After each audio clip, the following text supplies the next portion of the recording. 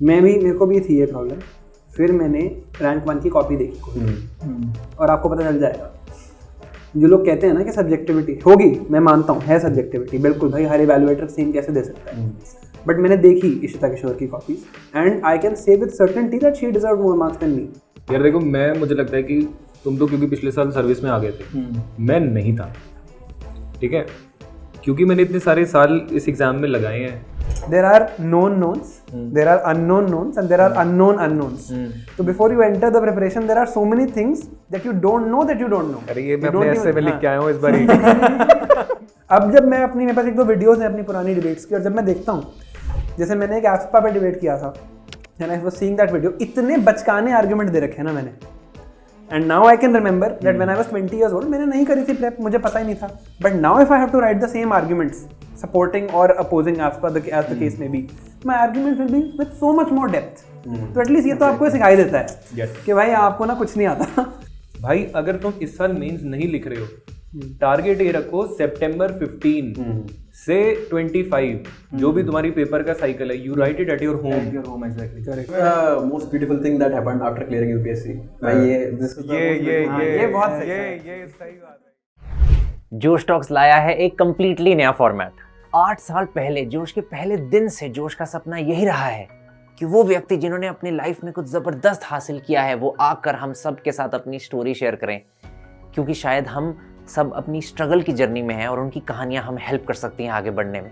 8 साल से जोश टॉक्स ने ये कहानियां हमारे साथ टॉक्स के फॉर्मेट में शेयर की हैं, और आज मैं बहुत ही खुश हूँ हम सब के साथ ये शेयर करने में कि जोश अब एक नया फॉर्मेट भी अपना रहा है। आज 1 नहीं, 2 नहीं, 3 नहीं, लेकिन 4 ऐसे व्यक्ति हम सब के सामने आएंगे जिन्होंने कुछ ज़बरदस्त तो हासिल किया ही है। वो सब मिल के बात करेंगे, अपनी कहानी की गहराइयों में जाएंगे और बिल्कुल एक कैंडिड कॉन्वर्सेशन हमें सुनने को मिलेगी।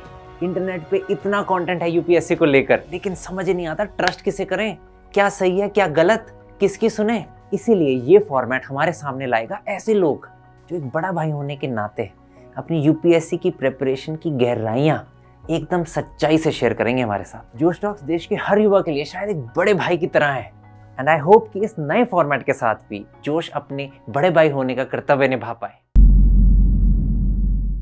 मेरे को लगता है थोड़ा फॉर्मल स्टार्ट की जगह एक थोड़ा इनफॉर्मल स्टार्ट वैसे करते हैं कि what is the best part. अब यूपीएससी निकल गया है ना, what is the best part, ये what is the best part. यार बेस्ट पार्ट तो देखो ये है कि मेरी तो जर्नी बहुत लंबी थी, तो मेरा तो भाई बहुत सेंस ऑफ रिलीफ है। अब एक उससे भी ज्यादा अच्छी चीज है कि जो माँ बाप हैं, दीदी जीजू, यार उन्होंने ना, जैसे जो मेरे जीजा जी हैं, मेरी दीदी की शादी हुई थी 2016 में और मैंने उस साल जॉब छोड़ी थी और 17 में मैंने तैयारी अपनी शुरू करी। तो उन्होंने मुझे हमेशा तैयारी करते देखा है कि ठीक है यार ये प्रिपरेशन कर रहा है, ये दिन रात मेहनत कर रहा है, बीच में कोविड भी आ गया, चला भी गया, माय नीस इज नाउ 3। तो उन्होंने ये चीज़, उनको मेरा पिछला नहीं पता, उनको मेरा अगला नहीं पता था। It is the first time कि वो देख रहे हैं कि यार इसने वो अचीव कर लिया है जो जिसके लिए ये आया था। और मुझसे ज़्यादा मैं सच बताऊं, वो लोग खुश हैं कि finally you are living something that you dreamed of. ये सिंक इन मुझे नहीं हुआ है, लेकिन वो देख रहे हैं मेरी आंखों में और मैं उनकी आंखों में देखकर वो चीज़ जी रहा हूँ। तो ये जो सरियल एक्सपीरियंस है ना, ये मतलब it is something very different. मेरा भी पहले भी हो चुका था वैसे इनका। हाँ, ये भी एक यूनिक एक्सपीरियंस है यार, ये एक्चुअली यूनिक दूसरी बार वाला बताओ। मैं बताता हूँ। अक्षत एक मैं बताता हूँ, अक्षत कल तक अपना सीनियर था रिजल्ट से पहले। अब बैचमेट है, पहले सर बुलाना पड़ता है कि तू कर। नहीं एक्चुअली मेरा भी ऐसा था, मेरी 5 साल लंबी जर्नी थी है ना, और मतलब पिछले 5 साल से मैं एक ही ड्रीम को देख रहा था, सोच रहा था, जी रहा था। उसके अलावा कुछ नहीं सोच रहा था कि प्राइवेट में जाना है या कुछ जाना है, ऐसा कुछ भी नहीं था। बस 5 सालों से यही चीज़ चल रही थी कि यार यूपीएससी क्लियर होगा, अकेडमी जाएंगे और फिर बाकी लाइफ की चीज़ें आगे बढ़ेंगी। क्योंकि ऐसा होता है ना, जैसे मेरे साथ क्या हुआ था, college I was in IIT route की, ठीक है, तो कॉलेज लाइफ मेरी बहुत वाइब्रेंट रही थी, बहुत सारे एक्सपोजर्स हुए थे, जो कि एक 12th क्लास के में बच्चा जो पूरा घर पे रहा है एंड फिर वो कॉलेज में गया है, वो बहुत ही ज़्यादा एक वाइब्रेंट लाइफ रही थी, मैं इसको बोलना चाहूँगा। एंड उसके बाद नेक्स्ट 4 साल were very stagnant, like compare to my friends या कंपेयर टू जिन लोग के साथ मैं पढ़ा था, तो उन लोग की life took like it went beyond the next stage of life, and मेरी नेक्स्ट स्टेज आ ही नहीं रही थी, 3 साल हो गए, 4 साल हो गए, 5 साल हो गए. सो इनफैक्ट जब मैंने लास्ट ईयर क्लियर किया तो आई थॉट कि ठीक है, मतलब नेक्स्ट स्टेज अभी स्टार्ट होगी. बट क्योंकि फिर मेंस देना था, फिर इंटरव्यू देना था, so I was also subconsciously trying to delay that next stage कि मैं अभी से वो फील ना ले लूं, क्योंकि आई न्यू कि अगर मैं वो फील ले लूंगा तो मेरा वो पैशन जो है प्रिपरेशन वाला वो कहीं ना कहीं खत्म हो जाएगा, मेरी डेडिकेशन खत्म हो जाएगी, या फिर मैं फिर बाकी चीज़ों में लग जाऊंगा.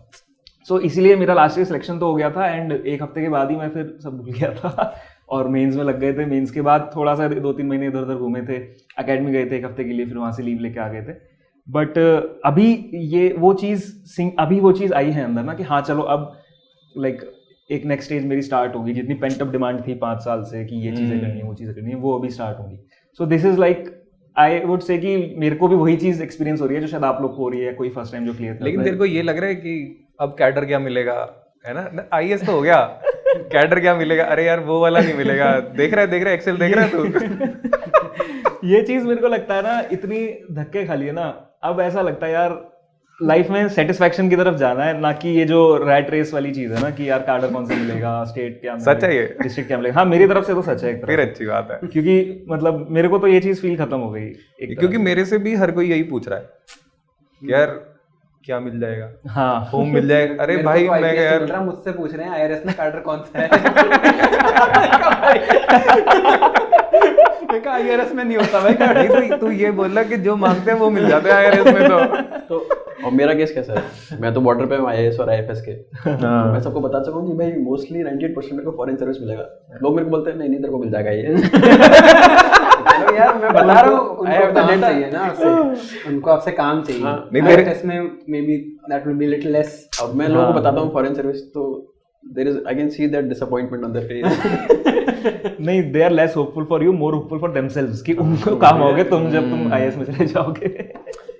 यार वही है, मुझे लग रहा है कि हैप्पीनेस, अब मुझे ये चीज समझ आ रही है, it lies with in yourself. जैसे अब मैं शिविन को देखता हूँ भाई, इसके बारे में हर कोई बोलता था कि देखो ये टॉप 50 में आ जाएगा, है ना, और हमसे ज्यादा ये इसको पता है. क्यों मजे ले रहे हो? नहीं मैं मजे नहीं ले रहा, मैं मजे नहीं ले रहा, मैं एक्चुअली एक चीज बता रहा हूँ. He is very happy.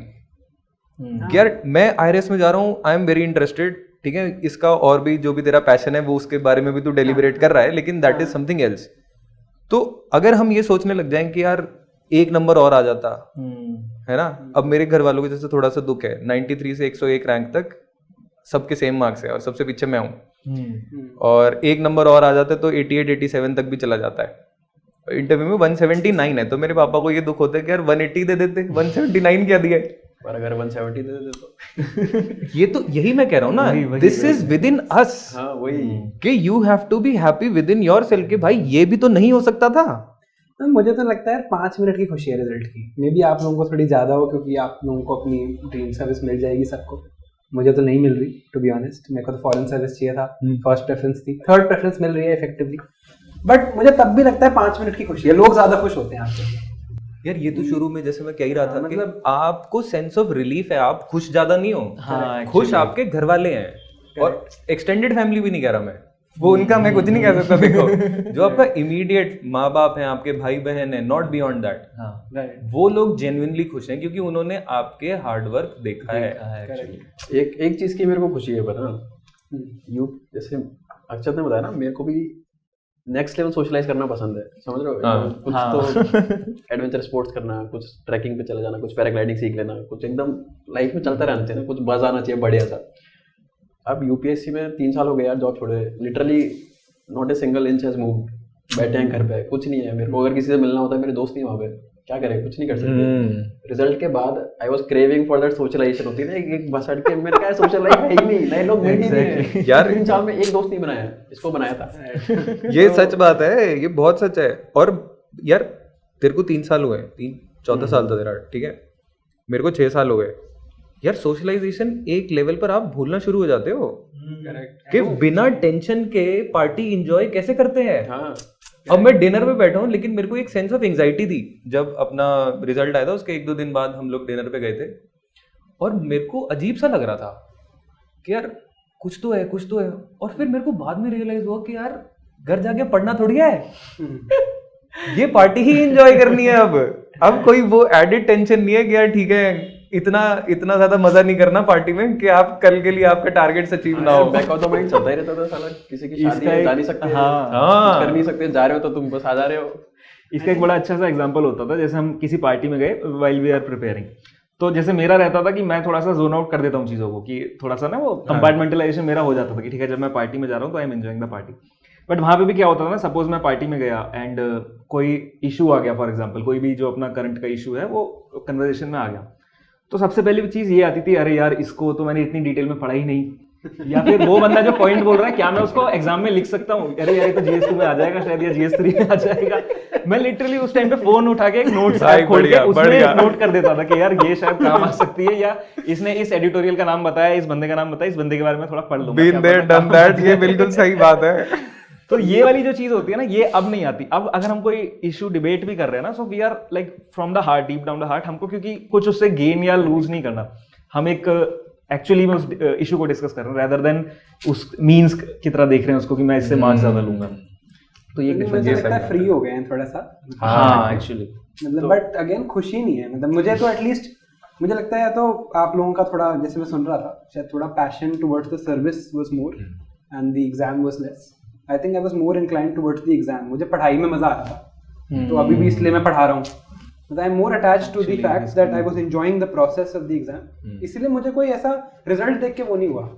Honestly मैं सच बता रहा हूँ, और मतलब may be this will sound very superficial, but मुझे ज्यादा खुशी तब हुई जब इस साल के प्रीलिम्स में जो मैंने पढ़ाया था उससे क्वेश्चन आ गए, देन जब मुझे लगा कि ये यार देखो, ये बिल्कुल सच बात है।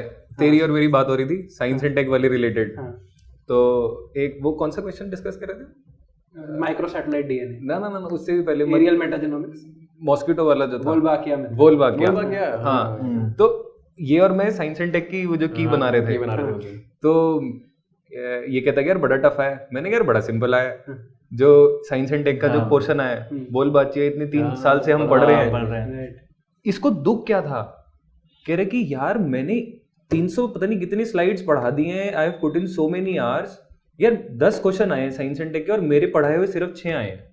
अरे और नहीं, 10 के 10 आने चाहिए थे। एक्चुअली वोल्बाकिया पे ज्यादा दुख था, मैंने खुद पढ़ा हुआ था, वो डाला नहीं होगा क्योंकि 2021 में पहला अटेम्प्ट दिया, 2020 का करंट अफेयर, तो जिसकी भी थोड़ी लंबी जर्नी है उसको पता है, जो नया वाला है उसको नहीं पता है, यही है उस क्वेश्चन। तो मेरे को लगा है मैंने पढ़ा था, पढ़ के I made the conscious decision कि यार इसको नहीं डालते, कौन पूछेगा, 2020 का है, तो इसीलिए ज्यादा दुख हो रहा है ना मुझे, ऐसे माय हार्ट सैंक के, अरे यार अब आ गया, मैं डाल देता यार, मतलब वहीं पे जीएम मस्कीटोस पढ़ा मुझे लगा यार ये भी डाल देता।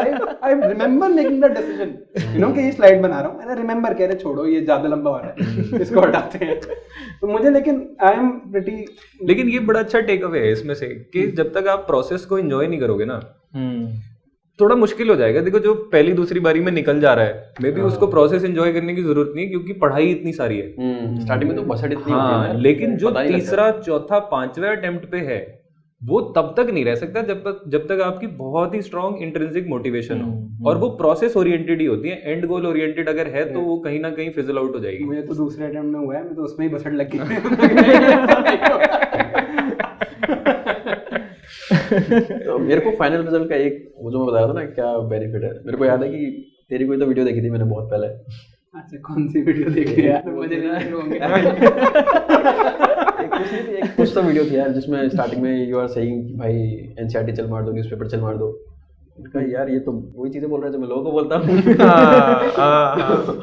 मैं एग्जैक्टली लोगों को ये बोलता था भाई एनसीईआरटी चल मारो, न्यूज़पेपर चल मारो, मैंने खुद नहीं पढ़े आज तक। और उस वीडियो में वही सब था। मैं तो, और आप तो बहुत पोलाइटली बता रहे हो।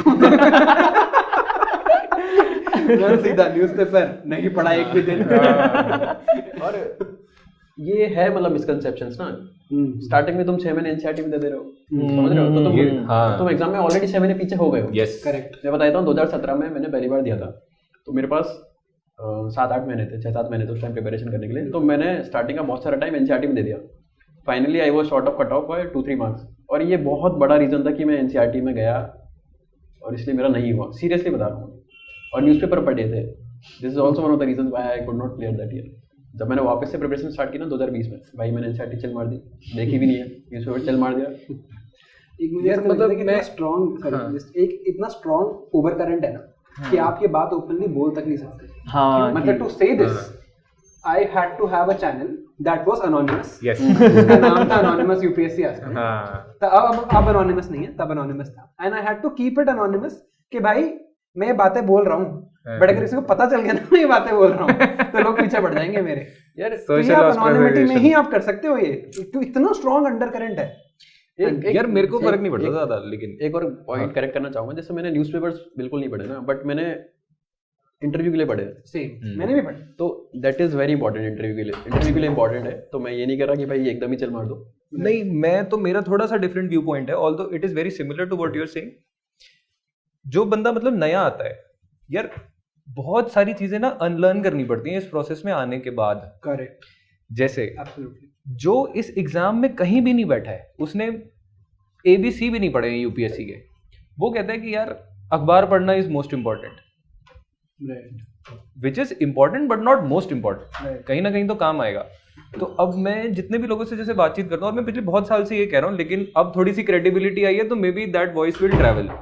भाई जो इंसान नया आया है, फाउंडेशन बैच कर रहा है या खुद से पढ़ रहा है, जब तक तुम्हें बेसिक चीजें नहीं पता, 4 घंटे न्यूज़पेपर में लगा के तुम क्यों खराब कर रहे हो? दो बड़ी स्ट्रांग, देखो 2 वेरिएबल मैं मानता हूँ यूपीएससी की प्रिपरेशन में, time and space. Space with respect to your writing, क्योंकि 2 ही पेज हैं आपके पास, और टाइम, दिन में 24 घंटे हैं, लिखने के लिए भी 7 मिनट है एक क्वेश्चन। सिर्फ ये 2 वेरिएबल्स हैं, उसमें न्यूज़पेपर शुरू में कहाँ फिट इन हो रहा है? एक तेरे को याद है, जैसे मैं और मनस्वी ना सेम इंटरव्यू ग्रुप का पार्ट थे, तो हम लोगों को ग्रुप्स में डिवाइड कर दिया था और 5-5 लोग ग्रुप में थे। तो somehow we ended up in the same group. तो मनस्वी का नाम मनस्वी शो रहा था व्हाट्सएप पे, और इसने इनिशिएटिव लिया कि चलो guys let's catch up, we will have a VC, और फाइनली सबका इंट्रोडक्शन हो जाएगा। तो वीसी पे जब पहली बार आया तो मनस्वी निकला बंदा।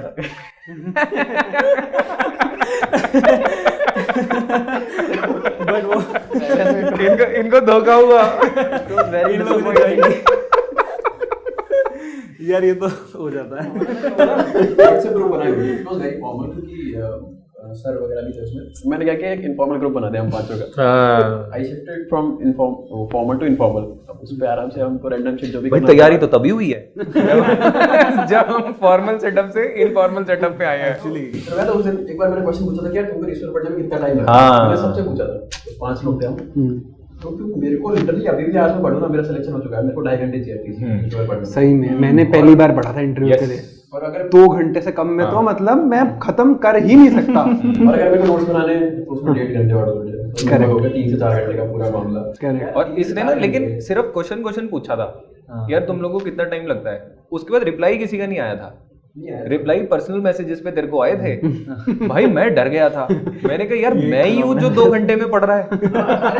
हाँ इतनी जल्दी तो मैंने फिर खुद में बोला कि यार मेरे को मिनिमम 2 घंटे लगते हैं, और फिर सबने रिप्लाई दिया था उसका कि हाँ भाई। और उसके बाद तो इंटरव्यू में तो यार कुछ चीजें लिखनी होती हैं, नोट्स बनाने होते हैं, बहुत चीजें होती हैं। इंटरव्यू के टाइम तो you have to spend time. You have luxury ना, तुम्हारा सिलेबस थोड़ा कम हो जाता है, तुमको बहुत कम चीजें पढ़नी होती है, तो न्यूज़पेपर में यू कैन डिवोट 2-3 आवर्स, कोई दिक्कत नहीं। राइट। अच्छा, इसमें I had a very different view. जैसे आप लोग सब न्यूज़पेपर की बात करो ना, सो खैर मेरा एक डिफरेंट वो था। I loved reading newspaper in general, है ना। मैं जैसे बचपन से न्यूज़पेपर को 1-1.5 घंटा डेली पढ़ता था, जब स्कूल में भी था तब भी और ऐसे भी। एंड जब यूपीएससी आया तो प्रिपरेशन स्टार्ट की, तब भी मेरा यही रहता था कि न्यूज़पेपर से स्टार्ट करते हैं, एंड न्यूज़पेपर में जो चीज़ें आ रही हैं उसको सिलेबस से लिंक करके ये वाली चीज़ें करता था। बट इसमें मैंने एक ट्वीक किया था, जैसे आप लोग बता रहे हो ना कि टाइम ज़्यादा लग जाता है, तो मैं क्या ट्वीक करता था कि वो चीज़ें जो मेरे को पता है मंथली मैगजीन में कवर हो जाएंगी, उनको मैं स्किप कर देता था, क्योंकि उसको पढ़ने का पॉइंट नहीं है दोबारा, क्योंकि मैं एक पढ़ूंगा आज, फिर उसका कुछ नेक्स्ट आगे आएगा, फिर आगे आएगा, फिर आगे आएगा, है ना। जैसे कोई बिल आया या कोई नया एक्ट आया, है ना, तो अब उस एक्ट की इतनी डिटेल में मैं जाऊंगा, I didn't feel it is useful, है ना, क्योंकि मेरे को पता है यार ये मंथ एंड में मैं पूरा एक बहुत अच्छे डिटेल में उन्होंने पूरा कंपाइल करके दे रखा है, प्रोज कॉन्स वगैरह सब दे रखे हैं। So what I focused was on editorials, and जो रैंडम चीजें होती है ना, छोटी छोटी, इनफैक्ट ये मर्डर वगैरह जो हो जाते हैं, चोरियां हो जाती हैं, मेरे को वो सब पढ़ने में थोड़ा मजा आता था। तो गलत छोड़ दिया है वो तो पहले से ही होता था यार। अगर मतलब एग्जाम पॉइंट ऑफ व्यू तक ही हम रहेंगे ना, हाँ एक्चुअली, तो एक्सप्लेन्ड पेज अगर आप पढ़ रहे हो जो वो पूरा आता है, हाँ। मैं सिर्फ एक्सप्लेन्ड पेज पढ़ता था, वो अच्छा। और इकोनॉमी वाला सेक्शन पढ़ता था, उसके बाद ओनली फ्रंट पेज पढ़ता मैं जरूर था, ये नहीं मैं कह रहा, मैं सिर्फ ये कह रहा हूँ कि हम जो बात कर रहे थे कि जो गलतियां हम दोबारा नहीं रिपीट करना चाहेंगे। अगर मैं दोबारा से अपनी प्रिपरेशन शुरू करूंगा तो मैं 6 महीने नहीं पढ़ूंगा। एक और चीज़, जैसे न्यूज़पेपर नहीं पढ़ना तो ठीक है, बट ऐसा नहीं है कि मैं करंट अफेयर से अपडेटेड नहीं हूँ। हाँ, this is very important. This is also बहुत दोनों बहुत डिफरेंट चीजें हैं। Newspaper is not the only हाँ, सोर्स। यस। तो मैं वेबसाइट्स होती है अपने, बहुत सारी वेबसाइट्स होती है ना, तो मैं तो आधा घंटा लगता है किसी एक वेबसाइट को बढ़िया से एकदम अच्छे से सजा के वो दे देती है, बहुत शॉर्ट करके, और जितना जहाँ से टाइम सेव हो रहा हो, जहाँ से स्पेस सेव हो रही हो, Exactly. बस मैं तो वही दो चीजें दिमाग में लेके चलता हूँ कि भाई दो वेरिएबल, जो चीज इसमें नहीं फिट इन हो रही है उसको फेंक दो, जो चीज रिवाइव नहीं हो सकती मतलब टाइम खाएगी उसको छोड़ दो। कह रहे यार यूपीएससी है वर्ल्ड का टफेस्ट एग्जाम, भाई वो टफेस्ट कंटेंट की वजह से नहीं है, हाँ, Yes, वो वो toughest कंपटीशन की वजह से है क्योंकि भाई। 12 लाख yes, लोगों को चाहिए। yes, बिल्कुल सही बात। ये चीज कल मैं को अगर 1 लाख लोगों को चाहिए होगा तो वो टफेस्ट नहीं बचेगा। एक YouTube पे मैं वीडियो कर रहा था और उसमें यार सब बच्चों के जो नया आता है कैंडिडेट उसको यही डाउट होता है, सर प्रीलिम्स बहुत टफ है या इतना ज्यादा पढ़ाई होती है, कैसे उसको मैनेज कैसे करें, नोट्स कैसे बनाएं। मैं कहा यार प्रोसेस जो है ना वो इतनी टफ नहीं है, paper itself it is not tough, लेकिन आप ये देखो कि कितना भी प्रीलिम्स टफ आ जाए इससे भी और ज्यादा मुश्किल बना दो। अगर 1000 सीटें हैं तो 13,000 बच्चे मेंस लिखेंगे ना। तो ये तो हो गया एक तुम कर ही रहो। मुझे लगता है कि इट्स मोरल रिस्पॉन्सिबिलिटी कि उनको ये भी सिखाया जाए कि भाई how to be self sufficient in this preparation phase. बिल्कुल, how to be analytical. Yes. समझ रहे हो, even if you are not able to clear UPSC, मैंने इतनी सारी चीजें सीख ली ना यूपीएससी में, seriously. Correct Even if I enter a corporate world, I would be much better than what I used to be when I entered the UPSC cycle. मतलब UPSC में नॉलेज और एग्जाम क्लियर करना is not the only thing जो अपन सीखते हैं। भाई इतना analytical चीज सीख सकते हो अगर तुम सही से कर लो ना चीजें। आपकी अपनी ओवरऑल ग्रोथ भी बहुत बड़ी होती है। आई थिंक ये जो आपने बात बोली है बहुत इंपॉर्टेंट है, एंड आई थिंक यहाँ से we can also go on to one topic about the exit from this exam, maybe a plan B और अ बैकअप।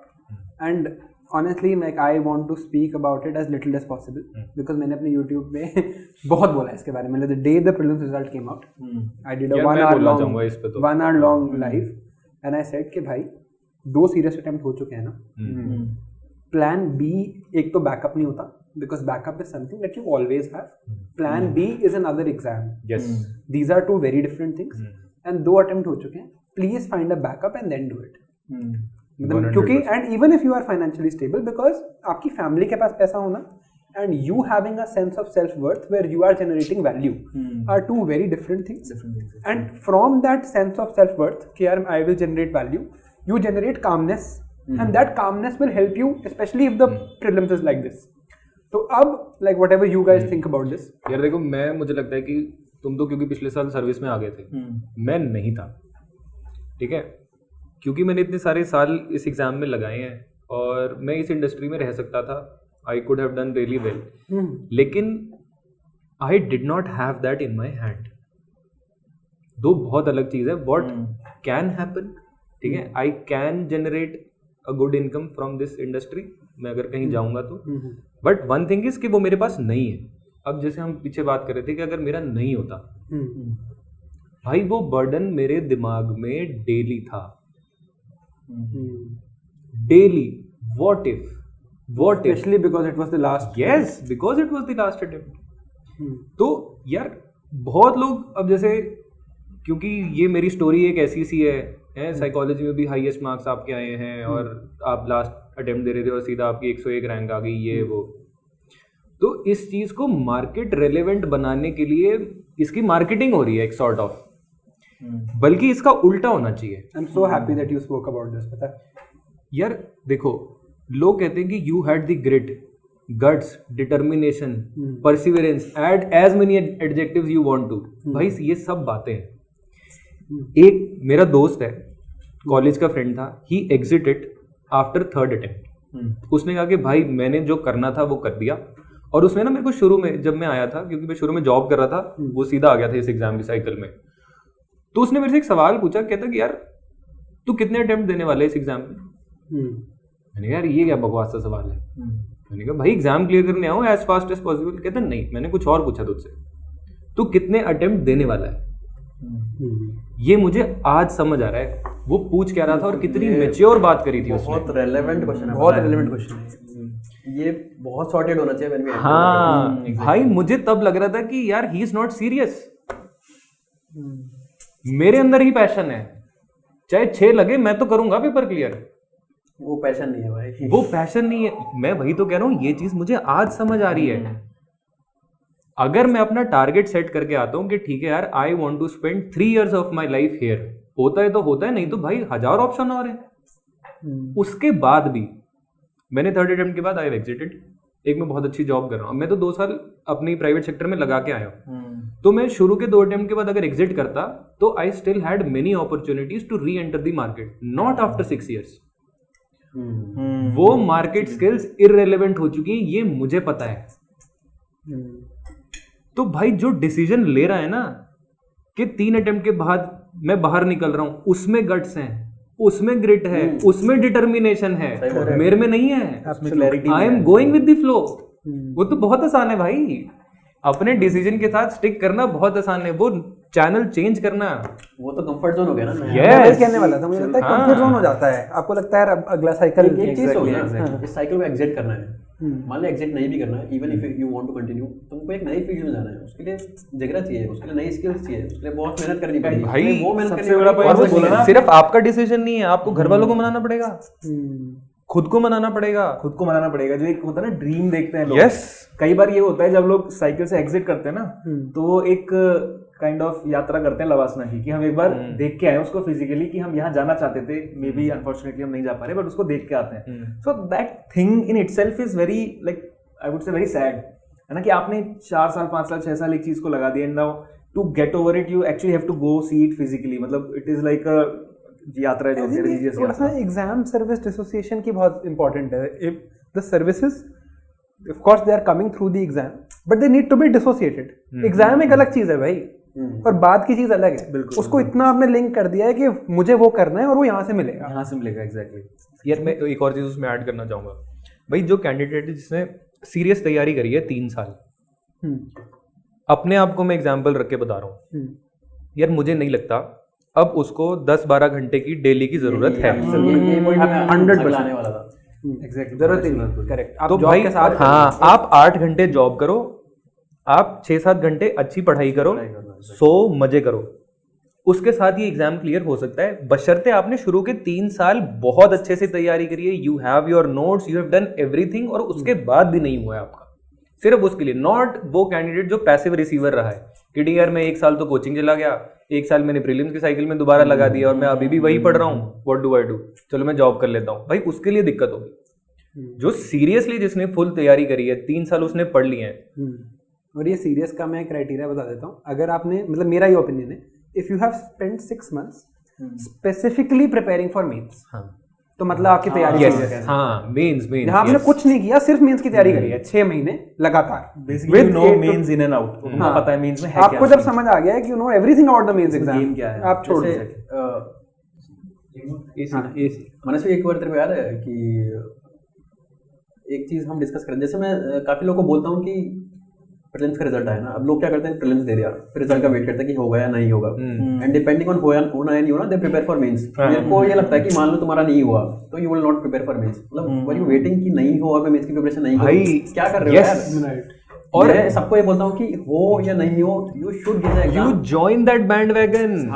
बाद में तुम अकेले तैयारी नहीं कर पाओगे। अगर तेरा नहीं भी हुआ भाई, तो जो तुम्हारे आसपास जिसका भी हुआ है ना, उसके साथ लग जाओ। हाँ, वरना वो कट लेंगे।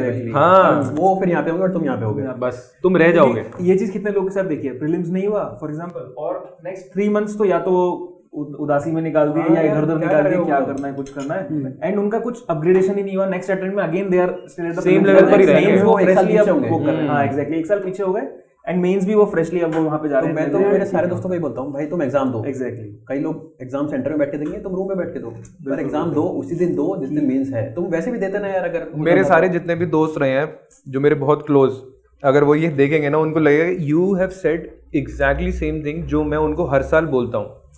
भाई अगर तुम इस साल मेंस नहीं लिख रहे हो, टारगेट ये रखो सितंबर 15 से 25 जो भी तुम्हारी पेपर का साइकिल है, you right it at your home.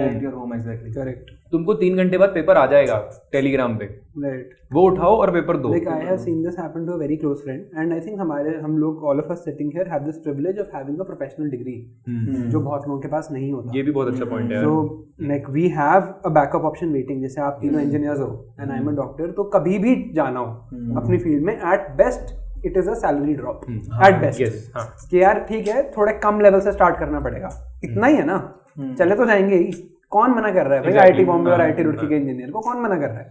But जिनके पास नहीं है और उनके लिए प्रॉब्लम है, but then it is incumbent on them and the responsibility of everybody like us and specifically like me जो इस एग्जाम साइकिल में उनको ये बात बोले कि भैया 2 साल हो गए, now find a marketable skill, क्योंकि आपके यहाँ मार्केटेबल स्किल्स हो जाएंगे खत्म। बहुत अच्छी चीज बोली है, marketable skills is not just your professional degree. Correct भाई आप घर बैठे यूट्यूब एडिटिंग स्किल सीख सकते हो, है ना? और मुझे नहीं मिल रहा भाई एडिटर आ जाओ भाई। यही तो मैं कह रहा हूँ, ये सीख सकते हो आप। यार जितने लोग हैं और भी बहुत सारी स्किल्स हैं जिसके लिए आपको कहीं नहीं जाना यार, घर बैठे हुए आप सीख सकते हो उस चीज को। करेक्ट। ये जैसे अपना रिजल्ट आया ना, उसके बाद से तुमको पता है मैं सारे ग्रुप चला रहा हूँ भाई, बहुत मेहनत भाई, क्या मेहनत कर रहा आदमी यार। तो मेरे को ना वो सब चीजें आती थोड़ी है, मतलब उस प्रोसेस में भाई कम्युनिटी चीज धीरे धीरे स्टार्ट हुई, चल कम्युनिटी ऐड करते हैं। Exactly, I have learned so many things. अब फोरम वालों को कम्युनिटी सिखा दी इन्होंने कि मैं कम्युनिटी बना दो। अनाउंसमेंट्स का अलग कितना बढ़िया सिस्टम है वो, कितना सॉर्टेड है यार, इतना प्रोसेस। इंपॉर्टेंट मैसेज होगा तो वहां आ जाएगा, और मैं बताऊं, और बकर करके तो आ कर लो। ये एक्टिवली और पैसिवली हम एक दिन बात कर रहे थे, मैं इसको बता रहा था, मैंने कहा यार मैं रात को सो के सुबह उठता हूँ, 800-900 मैसेज होते हैं, कुछ ऐसा होता कि इंपॉर्टेंट मैसेजेस शुरू में ही दिख जाए, इस उसके 3-4 दिन बाद ही तूने ये चीज शुरू कर दी थी। और मुझे पता थोड़ी था पहले से कि ऐसा कंसेप्ट है। मैंने फोरम अनाउंसमेंट वाला देखा था कि यार इन्होंने ना कम्युनिटी बना रखी है, वो यूज नहीं कर रहे, और लोगों को यूज करनी आती नहीं, यूज करना नहीं आता उनको। पर मुझे अभी तक नहीं पता चल रहा वो कैसा रहा है, बढ़िया लग रहा है बस।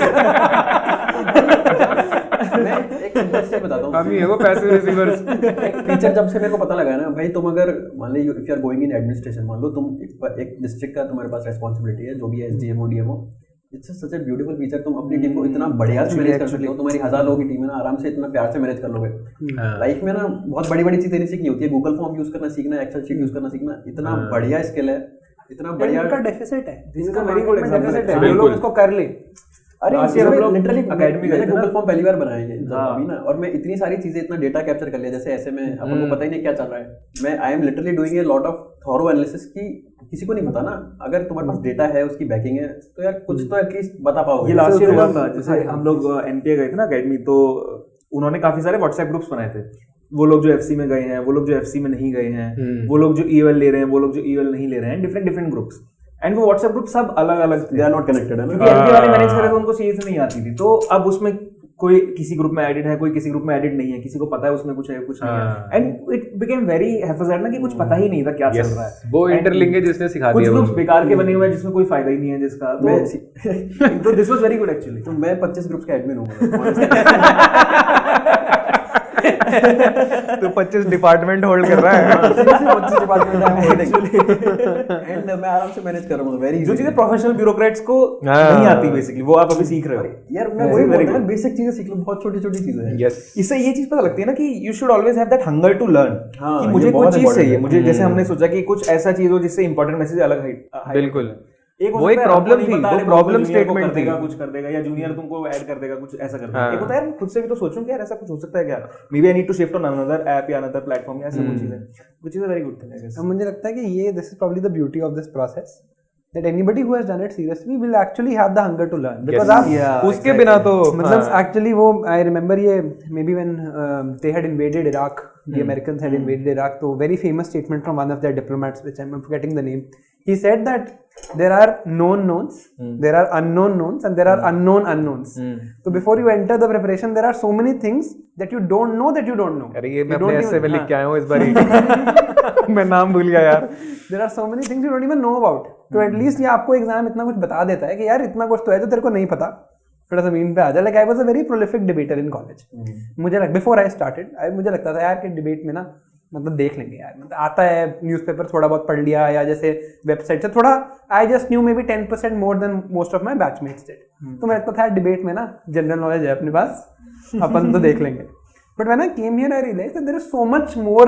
एंड अब जब मैं मेरे पास 1-2 वीडियोस हैं अपनी पुरानी डिबेट्स की, और जब मैं देखता हूँ, जैसे मैंने एक एस्पा पे डिबेट किया था, and I was seeing that video, इतने बचकाने आर्गुमेंट दे रखे हैं ना मैंने, and now I can remember that when I was 20 years old मैंने नहीं करी थी प्रेप, मुझे पता ही नहीं था।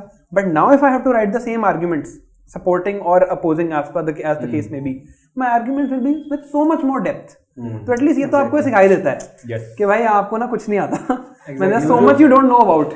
आपका जो ईगो होता है ना वो काफी हम्बल बना देता है उस चीज को.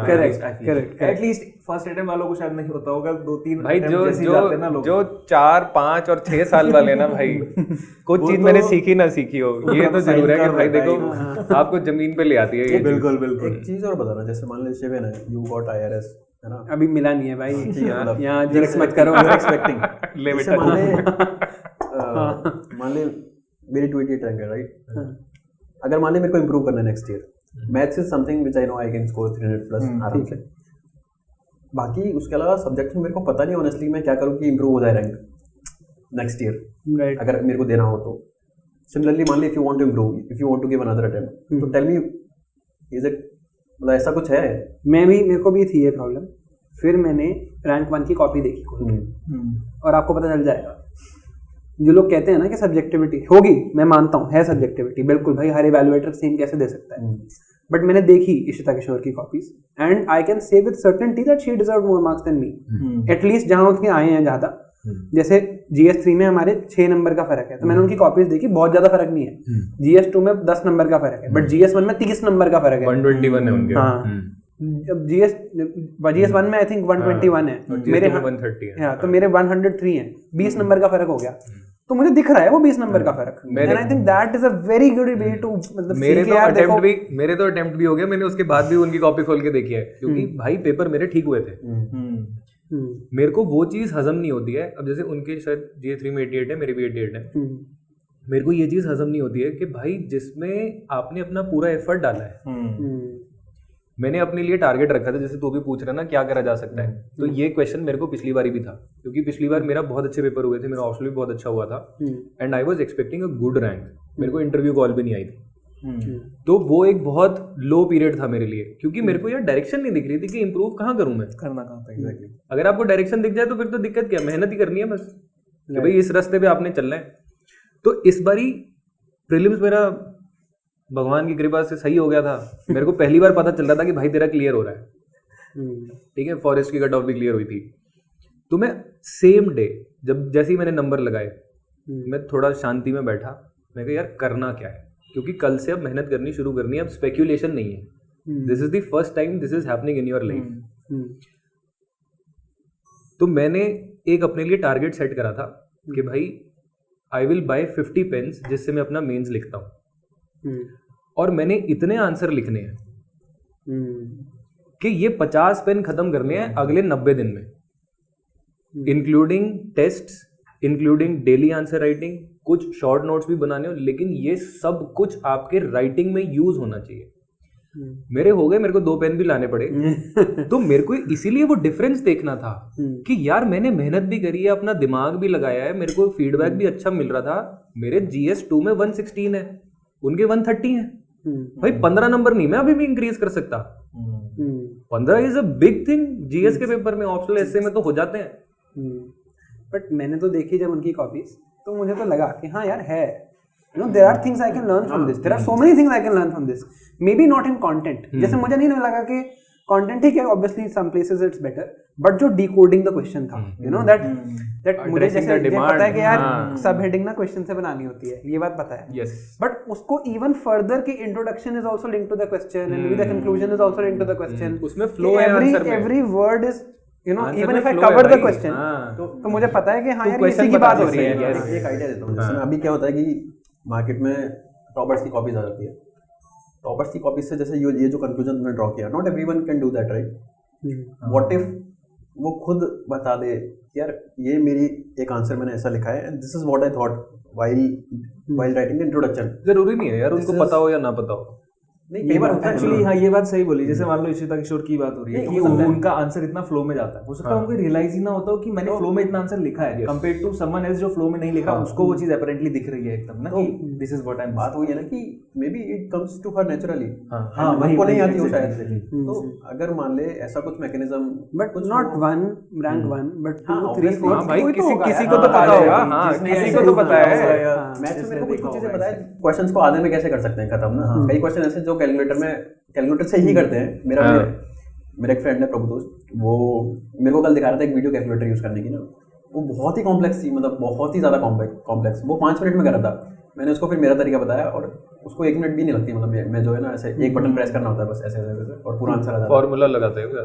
एक फॉर्मूला होता है, लगाते वो भी फॉर्मूला है, बट फॉर्मूला 2 तरीके हैं फॉर्मूला लगाने। तो जैसे मेरे को वो चीज़ पता हो गई, अब कई सारी चीज़ें जो मेरे को नहीं पता होंगी बट किसी और को पता होगी, जैसे ये जो तुम अभी बातें बता रहे थे, तो मेरे को लगता है कि इसीलिए ये मेरे को भी बोलता था। इसको मैंने इतना फोर्स किया भाई साइकोलॉजी का चैनल बना, मतलब क्यों नहीं बना रहा यार, साइकोलॉजी में 300 आज तक नहीं आए हैं, क्यों नहीं बना रहा है? इनसे कई सालों में नहीं आए हैं। तो इसने मेरे को एक वीडियो पे प्रॉमिस करवाया, वो वीडियो YouTube पे भी आ चुकी है, तू बनाएगा, आज जाके बनाएगा। बुलवाया ऐसे। आज क्या हुआ, मेरा एक फ्रेंड है, वो फिलोसॉफी ऑप्शनल है उसके पास, फिलोसॉफी में कभी 250 से ऊपर नहीं आते मार्क्स। एक बंदा है अविनाश शायद नाम है, रैंक 17 है। तो मेरे फ्रेंड ने मेरे को बोला कि यार इसकी ना रैंक 17 है, 300 नंबर कुछ मैंने भी सुना। 300 समथिंग, 15-17 कुछ नंबर है। उसने मेरे को बोला यार इससे कनेक्ट करवा दिया, फिर उसका चैनल है तो पता करवा दिया, मेरे पास सबके नंबर है। तो मैंने बोला भाई यार तुम फिलोसॉफी मचा दियो, चैनल मैंने बनाया।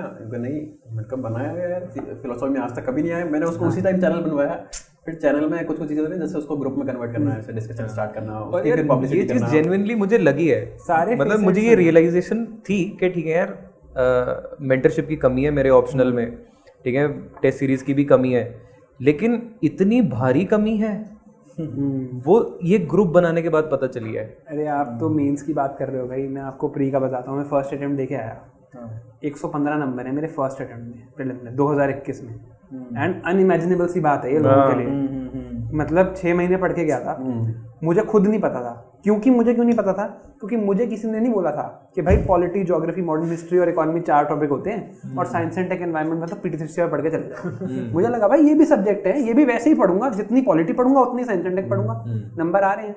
अगले साल मैंने 15 दिन पढ़ा है प्रीलिम्स के लिए तरीके से, तो 110 है 2022 के प्रीलिम्स में। वो तो फिर वहीं से वो यूट्यूब पे ट्रांसलेट हुआ कि भाई जो चीज़ आती है ना वो बताएंगे, मतलब पता है ये कोड कैसे क्रैक करना है, इट्स अ डूएबल थिंग। हाँ तो वही मैं कह रहा हूँ, जैसे 2020 में जब मैं जॉब छोड़ के आया था ना, मेरे पास भी बहुत कम टाइम था, 5-6 महीने थे। मैं लिटरली बता रहा हूँ, एनवायरनमेंट जैसे लोग इतना नेगलेक्ट करके जाते हैं, है ना, एनिमल स्पीशीज के टाइम पे क्वेश्चन आते थे, उस साल डियर के 3 क्वेश्चन आए थे। I had all 3 of them in my notes. Doable है। मैंने अपने दोस्तों को बोला था भाई पढ़ के जाना, और जो नहीं पढ़ के गए वो बोल रहे थे यार ये तो सारा लिखा हुआ था। भाई डूएबल तो है, लेकिन करेंगे क्योंकि lecture sir is waiting for us. बस एक लास्ट चीज मैं इसी की चीज पे मैं खत्म करना चाहता हूँ कि कहीं गलत मैसेज ना ट्रैवल कर जाए। यार ये सब सही है, ठीक है, लेकिन कुछ एक ऐसे मेरे दोस्त रहे हैं बहुत close, one of my friends, वो इस एक्सटेंट तक चला गया प्रीवियस ईयर क्वेश्चंस को लेकर ही कि यार 2 साल ना नेशनल हाईवेज पे क्वेश्चन आए थे।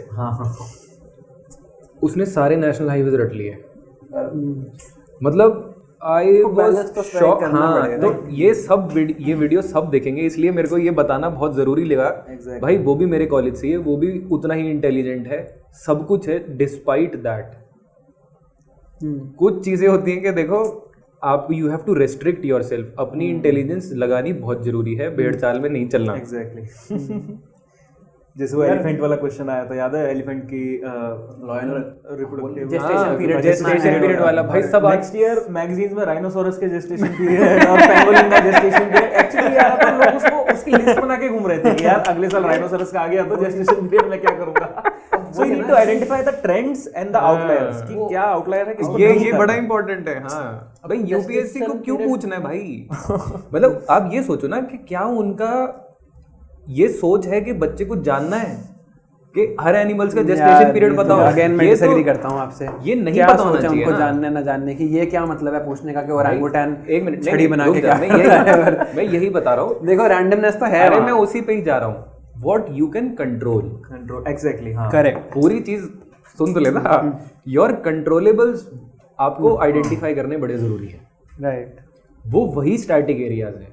आप जितने कैंडिडेट से, जब वो भी छोड़ो, किसी और की बात नहीं करूंगा यार, मैं अपनी बात करूंगा।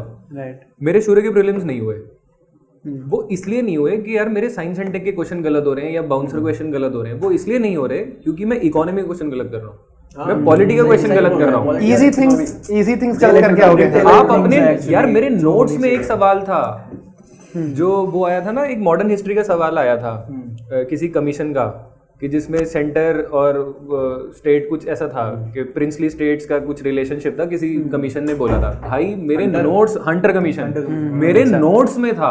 हाँ एक्चुअली सबसे अभी भी मेरे को याद है वो फटा हुआ पेज और सबसे नीचे मैंने वो हंटर कमीशन लिखा हुआ है। मैं वो क्वेश्चन गलत करके आया हूँ भाई, कैसे होगा फिर? I'll tell you what, इसमें मेरा एक opinion with the prelims is कि देखो ऐसे क्वेश्चन ना आएंगे, this will happen to you with so much information, that is why you don't neglect any subject, because there are some subjects that are meant to cover these errors till a point, like they will hedge you to a point. हाँ, लेकिन जो मैंने अपने हाथ से अपने notes में लिख लिया हाँ, वो नहीं होना यार, चाहिए। वो नहीं गलत होना चाहिए।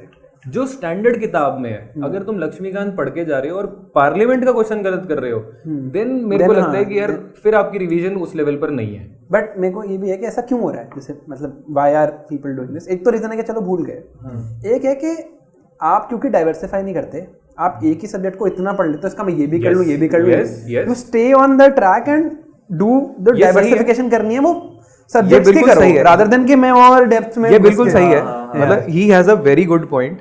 ये हेजिंग वाला, अब मैंने बीच में आई रेज्ड अ पॉइंट कि भी मेरे इस बार काफी ज्यादा नंबर प्री में बन रहे थे, जैसे तेरे 115 बन रहे थे, मेरे 120 के आसपास बन रहे थे। इट वाज बिकॉज मैंने पिछले साल मैं स्टेट के पेपर यूपी के लिए मैंने तैयारी करी थी, तो मैंने मेडिवल एंशिएंट कल्चर बहुत अच्छी तरह करी थी क्योंकि उस स्टेट में पूछी जाती है। और मेरे को पता चला कि यार पिछले 3 साल से यूपीएससी मेडिवल के क्वेश्चन इतने सिंपल पूछ रही है।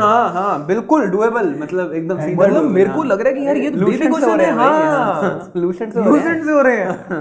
एंड वो टफ क्यों लगते हैं क्योंकि पढ़ के नहीं गए हैं यार मीडियम तो। यस, वो हेजिंग जब आप गलती नहीं कर रहे हो प्लस आपने डाइवर्सिफिकेशन कर लिया, फिर आपके एक्सेप्शनली हाई नंबर आ रहे हैं। एक चीज और बताओ, what is your parameter to test how well your preparation is in prelims? What is the parameter, how do you check it? Paper से पहले तो नहीं होती। एक यही रहता है, मेरे को लगता है कि फिर भी इन जनरल मेरा जो रहता था ना, मेरा रहता था कि जो स्टैटिक पार्ट है ना, जो एक मैं ये रखता था कि जो चीज सब लोग पढ़ रहे हैं ना, चाहे वो कोई सोर्स हो या कोई सब्जेक्ट हो, एटलीस्ट उसमें मैं ना पीछे रहूं। फॉर एग्जांपल कोई क्वेश्चन है जो स्पेक्ट्रम से आ गया है ना, और स्पेक्ट्रम से एक्सपेक्ट कर सकते हैं ठीक है, जिन्होंने पढ़ी होगी 70% 60% लोग कर सकते हैं उसको, तो अगर वो क्वेश्चन मैं मिस कर रहा हूँ तो I am like falling behind the cut off, है ना। तो एक मेरा ये रहता था, और दूसरा तो मेरा कॉन्फिडेंस का रहता था। अगर कॉन्फिडेंस है आपके पास तो मैं एक एग्जांपल देता हूँ। मेरे वो फ्रेंड की बात कर रहा था ना, उसको मैं एकदम ऐसे, उसको मैं भटकने नहीं देता हूँ, मैं इधर उधर, वो भटकता रहता है और मैं एकदम भाई तू ऐसे ही चल। चल रहे हैं भाई, चल रहे हैं, खा के जाएंगे, वहाँ भी खाना है भाई। वो एक दिन ना प्री के टेस्ट दिया है 2, ये ओपन टेस्ट होते हैं ना, pre open to all, 2 test दिया है। नंबर उसके आ रहे थे 40 एक में, तो एक में 60 नंबर आ रहे थे। मैंने कहा चल मार दे, मेरे तो 35 गया है, तेरे एग्जाम में 2 महीने, मेरी में तो 1 ही महीना था। भाई इतना डिफिकल्ट होता है वो जो कोचिंग की टेस्ट सीरीज होती है, अगर मेरे को कभी उसमें बैठा दिया जाए, I can never solve them. मैं आपको बताता हूँ, आपने खोला हिमांशुज IAS, ठीक है, यहाँ चलेंगे इस बात पे सीरियसली, बिकॉज यार ये हिमांशुज IAS आपने खोला, ये 3 लोग आपके पास अप्लाई करने हैं जॉब लेने के लिए। ये मिस्टर अक्षत सबसे ज़्यादा स्किल्ड है, मिस्टर मनस्वी सेकंड स्किल्ड है, और मैं सबसे बड़ा गधा हूँ, ठीक है। अब आपको 3 लोगों को जॉब देनी है और 3 पोजीशन है, एक है टीचर की, एक है कंटेंट डेवलपर की, और एक है MCQ मेकर की। आप मैप कर लो जॉब we have come full circle जहाँ से हमने शुरू करा था। अब क्योंकि जो बना रहा है यार, एक तो और कितने क्वेश्चन बनाने हैं मेरे को साल में 10,000, और यूपीएससी को 100 बनाने हैं। साल में तुम 10,000 क्वेश्चन बना रहे हो, still you are not able to do it. अरे मैं बताता हूँ ना, why you are not able to do it, because मेरे को साल में 10,000 बनाने हैं, यूपीएससी को बनाने हैं 100, और जो यूपीएससी में बैठ के बना रहा है वो मेरे से 100 टाइम ज्यादा स्किल्ड है। तो ये 10,000 का फैक्टर का डिफरेंस आ गया है बिटवीन देम एंड मी, तो मैं कैसे मैच कर लूंगा? जैसे मैं मनस्वी भैया को कह रहा था कि मान लो नहीं होता है सर, और कोचिंग इंडस्ट्री में जाते हैं तो पढ़ाने ही जाते हैं ना। एग्जैक्टली, कंटेंट डेवलपर थोड़ी बन सकते हो आप। जैसे इस साल ड्यू प्रोसेस ऑफ लॉ का क्वेश्चन है था, हाँ, यूपीएससी बहुत बेसिक चीज पूछता है, मतलब एनसीईआरटी में लिखा है भाई, बेसिक है, बहुत बेसिक है, और ऐसे ही पूछता है वो, बट कोई लोगों से सॉल्व नहीं हो रहा वो, तो टेस्ट जगह आंसर गलत है उसका। मैं मजाक नहीं कर रहा हूँ, मैं एक बहुत बड़े इंस्टीट्यूट में बैठा था और वहाँ की फैकल्टी इस क्वेश्चन पे डिबेट कर रही थी, और ये एनसीईआरटी में 9 है ये, मतलब इट्स रिटन देयर। इसके ऊपर डिबेट हो रही थी उनके टीचर्स रूम में, जहाँ पे बैठ के मैं लंच कर रहा था। वो जो 2 ऑप्शंस है ना जिनके बीच में fair application and principles of natural justice. एक पॉइंटर बोलूंगा मैं, जैसे अपन बोले थे ना कि एनसीईआरटी पे अपन वी वर अगेंस्ट इट, सिर्फ 6 to 10th, मैं सिर्फ 6 to 10th की एनसीईआरटी के अगेंस्ट हूं। 11th 12th की मैंने पढ़ी है भाई। तो मैं क्या करता हूँ, मैंने क्या करा है ना, मैंने पहले पढ़ी थी स्टैंडर्ड बुक्स, ठीक है, मेरे को बहुत बड़ी अंडरस्टैंडिंग होगी, चीजें समझ आ गई, इन डेप्थ समझ आ गई। Now I went through NCERTs, एक एनसीईआरटी लिटरली 2 घंटे में 2 घंटे में, करेक्ट, 6, 7, 8 कुछ खास एक्स्ट्रा मिलेगा ही नहीं। हाँ, कुछ मिलेगा ही नहीं, तो you will have a Actually, satisfaction bye NCERT, but उल्टा मैं एक लाइन बोलता था कि तैयारी एनसीईआरटी से शुरू मत करो, लेकिन खत्म उस पे करो। खत्म करो। क्योंकि एंड में तुम ये देखो यार, इसमें ये लाइन लिखी है, मैंने शायद ये लाइन इंपॉर्टेंट हो सकती है और ये लाइन स्टैंडर्ड बुक्स में नहीं लिखी, ये वहां पे लिख दी, Extra है। Very good thing. यार मैं इसमें एक लाइन जरूर ऐड कर दूंगा, ये जीएस के लिए डिस्कशन हो रही है, अगर कोई मेरे ऑप्शनल का है ना, भाई एनसीईआरटी से शुरू करना और एनसीईआरटी पे खत्म करना। इससे प्यारी किताब मेरे को कोई नहीं मिली आज तक की, साइकोलॉजी है। बेसिकली फॉर प्रिलिम्स के लिए ज्यादा बोलेंगे एनसीईआरटी वाली। जो भी है, भाई सीनियर है भाई हमारे वो, मतलब मेरा वो फ्रेंड था ना, उसमें क्या है 2 साल सीनियर। टेस्ट तो देखिए 40 नंबर आ रहे, 60 नंबर आ रहे, यार कोई भी इंसान डिमोरलाइज हो जाएगा ना, उसको लगेगा कि यार मेरी प्रिपरेशन फक्ड अप चल रही है, I can not do good the prelims. उसको प्रीलिम्स हो गया इस बार, उसको लास्ट डे तक नहीं लग रहा था नहीं होगा। तो समझ रहे हो, मतलब आधा कॉन्फिडेंस तो वहीं कम हो गया है तुम्हारा, तो क्या करें? तो कॉन्फिडेंस का गेम बहुत ज्यादा, कॉन्फिडेंस का गेम है भाई। कामनेस भाई यार ये पूरे एग्जाम में सिलेक्टेड लोग जाके क्यों निकाल रहे हैं, प्रीलिम्स टेंशन नहीं है वहाँ पे। नहीं भाई, प्रीलिम्स नहीं, I would like to end on this note कि confidence is part of all the 3 stages of the exam. Right, correct. मेरे को एक वेरी गुड फ्रेंड वरुण भाई ने ये बोली थी चीज़, मैं उनसे पूछ रहा था कि यार कितने टेस्ट दे दूं, ये पिछले से पिछले अटेम्प्ट की बात है कि प्रीलिम्स के कितने टेस्ट दे दूं, आपने कितनी दी? Was in his last attempt. कहता कि भाई मैंने 1 दिया है और आई वाज हैप्पी कि भी मेरे को जितने टाइम में ख़त्म करना था मैंने वो कर लिया। मैंने कहा कितने नंबर है, कह रहे इररिलेवेंट, क्योंकि मेरे को होलिस्टिक फील आ गई है, मैं इतने टाइम में पेपर खत्म करता हूँ, इतने टाइम में OMR भर देता हूँ। सेम चीज़ मेंस के टाइम पे डिस्कस हुई। मैंने कहा यार आपने कितने टेस्ट दिए हैं? मैंने तो 2 ही दिए हैं या 3 ही दिए हैं। कह रहे कि भाई मेरे को जो देना था दे दिया, आई हैव कॉन्फिडेंस, मेरे को जो जिस चीज से मेरे को कॉन्फिडेंस आ गया मैं उसके बाद रुक जाता हूँ। और इंटरव्यू तो है ही कॉन्फिडेंस का खेल, वहां तो खैर छोड़ ही दो। तो जहां आपको सेंस ऑफ फुलफिलमेंट आ जाए ना, कोई ये कह रहा है कि भाई 60 टेस्ट प्रीलिम्स के दिए, नॉट नेसेसरी। अगर किसी को 3 फुल टेस्ट में भी आ रहा है तो it is good. They are reaching behind the score की 100 टेस्ट करने मेरे को किसी हालत में, हम बस हो जाए 10 हो जाए, चाहे कोई उसका फायदा मिल रहा हो नहीं मिल रहा हो, जैसे वहां पे सेंचुरी मारनी है मेरे को, टेस्ट कर लिए और पीवाईक्यूज करे ही नहीं, देखे भी नहीं कि पीवाईक्यू भी थे भाई, उनको 10 को 5 बार कर लो, 50 चले चलो चलते हैं। ठीक है, चलो ठीक है। यहाँ पे this was a lot of fun, ऐसे बहुत मजा आया, टाइम ही पता नहीं चला, पता है काफी टाइम से बैठे हैं यहाँ पे। मैं रोना था स्टार्टिंग 2 घंटे से तो ज्यादा हो व्हाट गया। Is the most beautiful thing that happened after clearing UPSC? भाई ये दिस इज ये बहुत सही ये सही बात है कि इतना फ्री माइंड से बैठ के डिस्कशन करना, right. This is the fruitful end to the process. But मेरे को वो बात बहुत बढ़िया लगी जो बोली थी ना कि यार जिसने 3 अटेम्प्ट में एग्जिट कर दिया ना बिना निकाले, वो है असली चैंपियन। वो बंदे को आता है एक्चुअल, तो यस, जिसने निकाल ही वो लिया वो तो sorted है भाई। फिर हमें कोई हक थोड़ी है कुछ बोलने का। यार देयर वाज अ गाय जो मैं मिला था इंटरव्यू के टाइम पे, ही वाज आईटी खड़गपुर के ग्रेजुएट था वो, ठीक है, एंड वो 3-4 साल किसी एमएनसी में काम किया, ठीक है, फिर उसने सोचा यूपीएससी फुल टाइम करेंगे। उसका ये लास्ट अटेम्प्ट था एंड ही 32, ठीक है, एंड अब उसका अटेम्प्ट खत्म, इस बार he did not clear. And मैंने देखा था, मतलब उसकी ना आंख में आग सी होती है ना, वो खत्म हो गई। एंड ही इज लाइक अब मैं क्या करूंगा, क्योंकि उसके वो 3-4 साल पुराना वाला एक्सपीरियंस भी अब काइंड ऑफ मतलब नॉट वेरी वैलिड। जब लोग घुसते हैं ना प्रिपरेशन, इतना जोश होता है भाई, जोश, exactly। इतना जिगरा होता है ना उनमें, तुम उनको 3 साल बाद देखना अरे खत्म हो जाता मैं है, आपको सीरियसली खत्म हो जाता है। मैं आपको स्टुपिडिटी की पराकाष्ठा बताता हूँ। मैंने जब प्रिपरेशन एंटर करी, मैं 2019 में था कॉलेज में, मेडिकल कॉलेज में। मेरा रूममेट था सागर, वो तो चलो he was doing his own like NEET PG. उस हमारे पास एक रूम में बोर्ड था वाइट कलर का, तो वो भी पढ़ रहा था और मैं भी पढ़ रहा था। उसने लिखा and he was very good, I learned so much from him.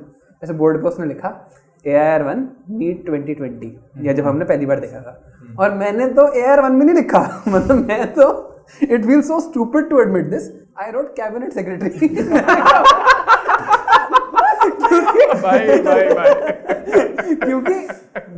क्यों लिखा? क्योंकि आई वाज इकोसिस्टम ने इतना ग्लोरीफाई कर दिया उस चीज को कि भाई की को तब समझ आता है ना कि ये है भाई स्टुपिडिटी, रियल स्टुपिडिटी ये है। कि भैया बनना है तो बस ये है जो स्टार्टिंग का, फिर धीरे धीरे समझ आती है।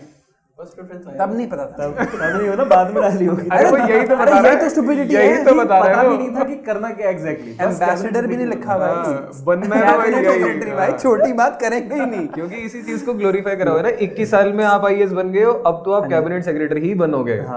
ये कितना हाँ। इनफैक्ट ना पता ये भी रहता है कि लोग 21 साल 22 साल में नहीं हो पाते ना, दे गेट वेरी डिसहार्टेंड कि यार अब तो मैं कैबिनेट सेक्रेटरी बन पाऊंगा। मैं बस एक चीज ऐड करना चाहता हूँ, मेरे मन में बहुत टाइम से है ये चीज लोग कहते हैं कि यूपीएससी की एज को कम कर दो, मैक्सिमम एज को कम करके 26 कर दो। मेरा एक प्रपोजल बहुत रेडिकल है, आप मिनिमम एज को बढ़ा के 25 करो। यू मेक इट कंपल्सरी कि आप 2 साल 1 साल मार्केटेबल स्किल्स गेन करके मार्केट एक्सपीरियंस लेके आओ।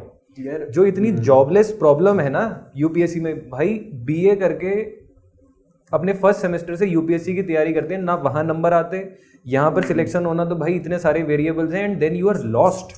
और देख इसका एक बड़ा अनइंटेंडेड कॉन्सिक्वेंस पता है क्या होगा कि लोग वो 4 साल जब तक नहीं होगा ना तब तक वो लगे रहेंगे उसमें, और या फिर ये कोचिंग वाले कुछ 4 ईयर प्रोग्राम एटलीस्ट जॉब तो करके आ रहे हो आप, वो हाँ ये अगर मैंडेटरी होगी कुछ आपका एक्सपीरियंस यस वर्क एक्स के साथ आओ यार आप। हाँ कुछ हद तक तो हेल्प करेगा। मान ले हो जाता है, मान ले finally we are on the other side, तो फाइनली तुमको क्या करना है, you are going into the administration और कुछ तो करोगे, तो वहाँ पे भी you need to have certain skills जिससे तुम एफिशिएंसी बढ़ा सको ना।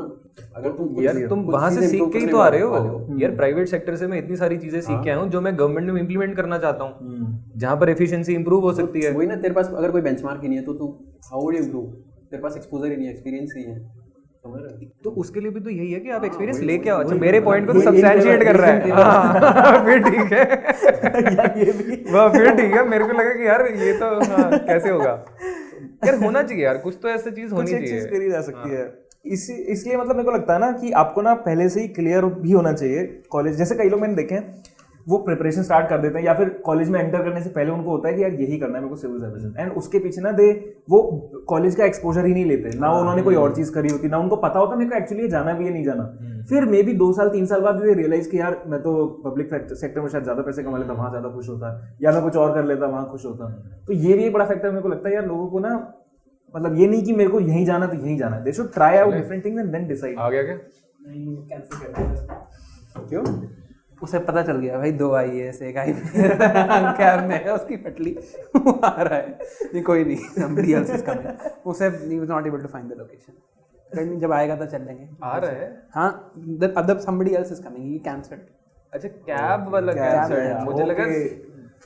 उन सर ने अरे अपना क्या प्लान भाई, कैंसिल वो कर भाई दिया। हेलो नहीं वो मैं कहा यार फिर यहीं खा लेंगे आप। नहीं वो तो आ रहे हैं। यार एक और पॉइंट है जो मैं डिस्कस करना चाहूँगा, जैसे ऑप्शनल जनरली लोग लेते हैं, तो what is the criteria for optional? लोग इंटरेस्ट को पहला क्राइटेरिया बताते हैं, मेरे को ये लगता है भाई marks should be the first criteria. यार मेरा तो लास्ट क्राइटेरिया था ये वही स्कोरिंग एंड इंटरेस्ट। हम उस चीज पे वापस आ गए दोबारा से। आप एग्जाम क्लियर करने आ रहे हो या फिर आप कुछ प्रोफेसर बनने आ रहे बट हो? अगेन देखो, अगर आपने ऑप्शनल पढ़ना है मे बी जैसे हो सकता तो है ये 4-5 दोनों साल पार्ट है पढ़ना ना, पड़ जाए, ये दोनों पार्ट है तो वो भी चाहिए। आई कंटिन्यू बट ये भी देखना optional It cannot be the first criteria. ऐसा नहीं हो कि 4-5 साल पढ़ना पड़ जाए। वो तो यार पढ़ना पड़ जाए आपका यार, नाम, it is आपका not- प्री नहीं हुआ तीन हाँ, साल, yes. आपका वो तो प्री आपके नहीं हुआ कंट्रोल 3 में साल, नहीं है। तो पढ़ना पड़ेगा ना 4 साल। मेरे कुछ फ्रेंड्स हैं ना, उन्होंने ज्योग्राफी लिया था 2017 में, जब मैं कॉलेज में थे, 1-2 लोग प्रिपरेशन कर रहे थे, मैंने उनको 2017 बोला था भाई ज्योग्राफी मत लो, मतलब it is not scoring. Finally after 4 years they change from geography to some other optional. जो 4 साल में उनके मेहनत करके मार्क्स नहीं आए ना, हर बार मेंस लिखा है, वो उनके 4 महीने में पढ़ के आ गए दूसरे ऑप्शनल। और ऐसे बहुत एग्जांपल है, मैं बहुत एग्जांपल गिना दूंगा। आ गया है, चलो चलते हैं। इजियर ना, मेरे को नेक्स्ट अटेम्प्ट देना होता मैं चेंज कर देता ऑप्शन। देख ले, अब ये बोलना भाई, यू डोंट नो एग्जैक्टली, क्योंकि यार मैंने बाय चेंजिंग द ऑप्शनल, मैंने हद लगा दी सोशियोलॉजी में। मैंने बताया ना, मैंने इतनी रिसर्च मारी कि भाई किसी तरह भाई 250 प्लस नहीं आ रहे, मतलब हद हो जाती है।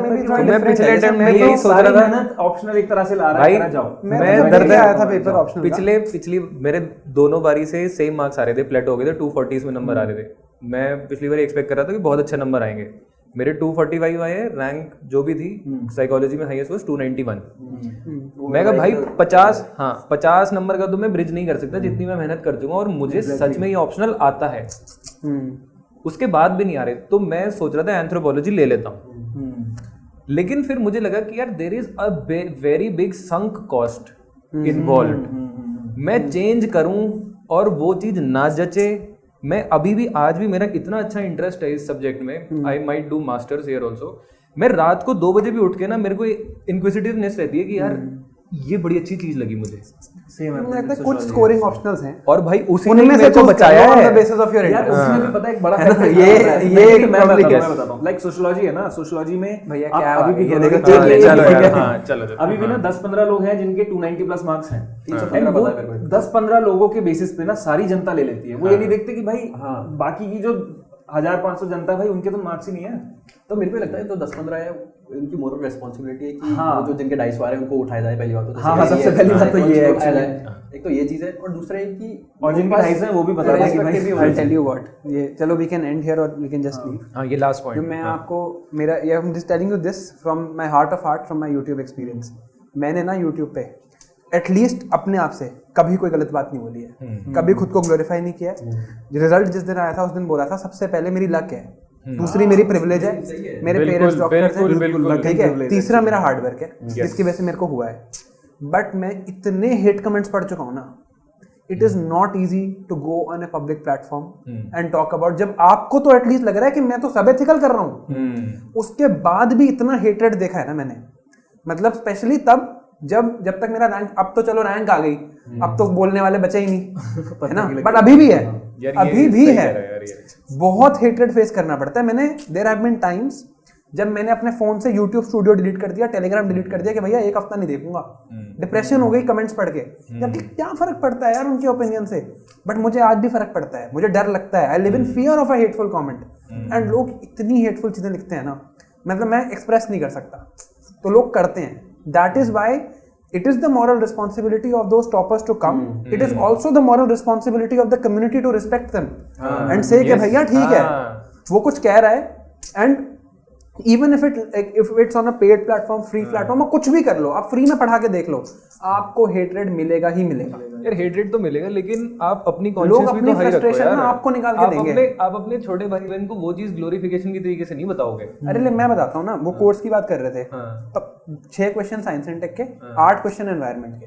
पता है मैंने टेलीग्राम पे, मैं कभी नहीं प्रमोट करना चाहता था या बताना चाहता था इस बारे में, टेलीग्राम पे somebody wrote on my group that sir till March my preparation was fine, because of you I wasted my entire year, because आपने मार्च में वो कोर्स पढ़ा दिया और उससे तो एक भी क्वेश्चन नहीं आया। एक तो ऐसा ट्रू नहीं था, बट अब मेरी तरफ से सोचो मुझे क्या लगा वो सुन के, है ना, और मेरी तो कोई गलती भी नहीं थी इसमें। और भाई if till March your preparation was fine, तो बाकी सब्जेक्ट में नंबर ले लेना, तो पॉलिटी में ले ले, तो इकोनॉमी में ले ले, and if till March your preparation was fine, it is not possible कि तुम साइंस एंड टेक एनवायरनमेंट तुम्हें आता ही नहीं था टिल मार्च।